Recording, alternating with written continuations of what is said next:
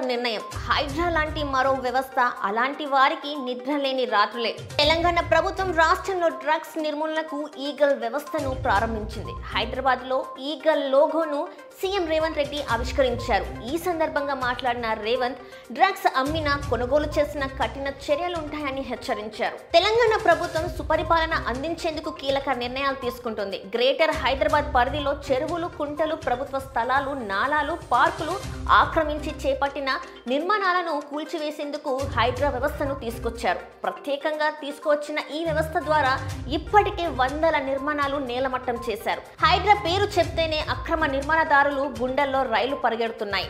తాజాగా హైడ్రా లాంటి మరో కొత్త వ్యవస్థను తెలంగాణ సర్కారు తీసుకొచ్చింది. తెలంగాణను మాదక ద్రవ్యాల రహిత రాష్ట్రంగా మార్చే దిశగా కీలక నిర్ణయాలు తీసుకుంటుంది.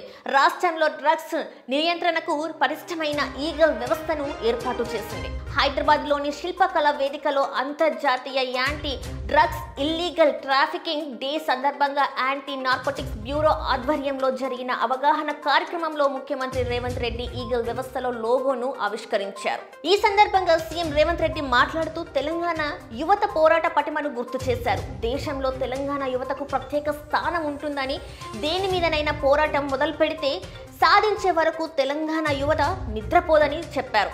తెలంగాణ రాష్ట్ర సాధన ఇందుకు నిదర్శనమని అన్నారు. అలాంటి యువత డ్రగ్స్ కు బానిస కావడం బాధాకరమని ఆవేదన వ్యక్తం చేశారు. ఇక నుంచి రాష్ట్రంలో డ్రగ్స్ అమ్మినా కొనుగోలు చేసినా కఠినంగా శిక్షిస్తామని సీఎం రేవంత్ రెడ్డి హెచ్చరించారు. నార్కోటిక్ బ్యూరోను ఇకపై ఈగల్ గా పిలుస్తామని, ఎక్కడ గంజాయి కనిపించినా ఈ ఈగల్ పట్టుకుంటుందన్నారు. ఈ ప్రత్యేకమైన టీంలో శిక్షణ పొందిన గద్దలు ఉంటాయని, తెలంగాణ భూభాగాన్ని నిత్యం జల్లడ పడతాయన్నారు. గంజాయిని గమనించిన డ్రగ్స్ ఆనవాళ్లు పరిశీలించిన క్షణంలోనే పట్టేస్తాయన్నారు. డ్రగ్స్ సరఫరాదారులపై, వినియోగదారులపై నిరంతరం నిఘా ఉంచుతామని, ఇక నుంచి వారికి నిద్రలేని రాత్రులేనని అన్నారు.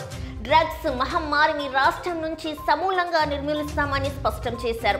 ఈగల్ వ్యవస్థ డ్రగ్స్ నెట్వర్క్ లోను పసిగట్టి వేగంగా చర్యలు తీసుకుంటుందని వివరించారు. ఈ కార్యక్రమంలో పాల్గొన్న గ్లోబల్ స్టార్ రామ్ చరణ్ తెలంగాణ ప్రభుత్వం తీసుకుంటున్న డ్రగ్స్ నియంత్రణ చర్యలను అభినందించారు. రైజింగ్ తెలంగాణ స్ఫూర్తినిస్తుందని పేర్కొన్నారు. డ్రగ్స్ నిర్మూలన కోసం ప్రభుత్వానికి తమ పూర్తి తోడ్పాటు ఎప్పుడు ఉంటుందని భరోసా ఇచ్చారు. యువ హీరో విజయ్ దేవరకొండ మాట్లాడుతూ, ఒక దేశాన్ని నాశనం చేయాలంటే వార్ అవసరం లేదని, యువతకు డ్రగ్స్ అలవాటు చేస్తే చాలని అన్నారు. డ్రగ్స్ అలవాటు చేసే వారికి దూరంగా ఉండాలని, డ్రగ్స్ జీవితాలని నాశనం చేస్తాయని యువతకి పిలుపునిచ్చారు. ఈ మహమ్మారిని ఎదుర్కోవడానికి సమాజంలోని ప్రతి ఒక్కరూ బాధ్యతగా వ్యవహరించాలని కోరారు.